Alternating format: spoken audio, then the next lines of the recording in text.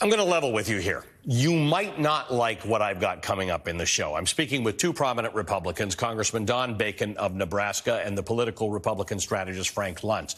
It may feel atypical for Velshi. It's really not, actually. We talk to a lot of Republicans on this show. But it's gravely important. We need to have conversations like the one I plan to have. You actually don't have to listen to them. You're not compelled to do that, and I totally get if you don't want to. But I'm a journalist. I actually have to have these conversations. And I believe that there's common ground out there, and I am committed to trying to find it. So bear with me on this, and please don't change the channel. Seriously, just give me a chance. You can tweet me all you want afterwards and tell me that you thought it sucked, but I wouldn't mind if you just listened to it. But before that, I got something I know you are going to like, because this is actually one of my favorite conservatives, and I actually think he's one of yours, too. Someone Velshi viewers know very well, Michael Steele. He's the former chairman of the Republican National Committee. Today, he's sitting in for Jonathan Capehart as host of MSNBC's The Sunday Show. And I know you want to talk about that, Michael, but I guess I want to ask you, because you do this all the time. You're in the discussion with people who are Republicans, who are Democrats, across the political aisle.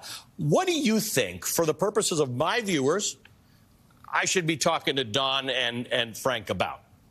You know, first off, let me just thank you and applaud you for doing it, for opening that door and having that conversation, because it's vitally important. There are a lot of Republicans like myself. You know, hopefully you will see this with Don and Frank that want to have it. So the question is a two-parter, Ali.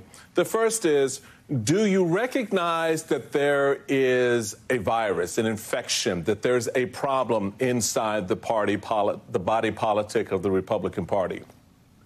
And the second is, if you recognize that, what do you think is the best course to begin to ameliorate that infection, to lessen its impact and its influence over how the party governs itself? We are a party right now without a platform, which means we have no stated ideas. We are a party without policies that we're putting in front of the country. As much as we bash Biden and what he's doing, the country is saying, okay, we get it, but we're in a time of inflation. We're in time of higher prices at the gas pump and on the bakery shelf. What are your solutions?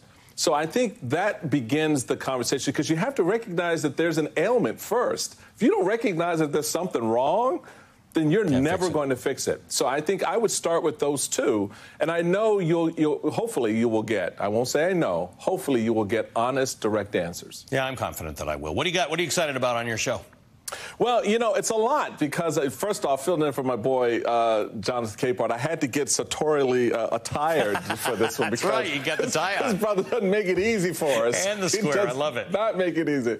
But no, we're going to be getting into a couple of good conversations with Michael Cohen, looking into sort of the backside of the Trump world and sort of deconstructing, if you will, the mystique around Trump and his lawyers, and talk a little bit why he can't seem to find any.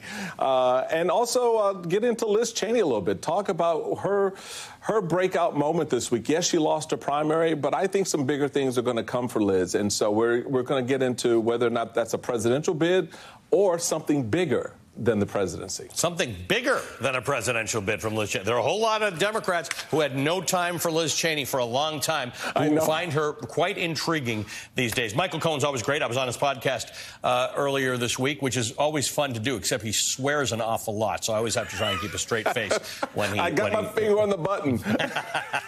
He's beautiful. All right. Thank you, Michael. Good to see you, as always, my friend. Thank you. Michael Steele is the former chairman of the Republican National Committee. Stick around after Velshi to hear more from Michael. As he said, he's filling in for the Sunday Show this morning. Starts at the top of the hour at 10 a.m. Eastern. I'm going to have that conversation we were just talking about after a quick break.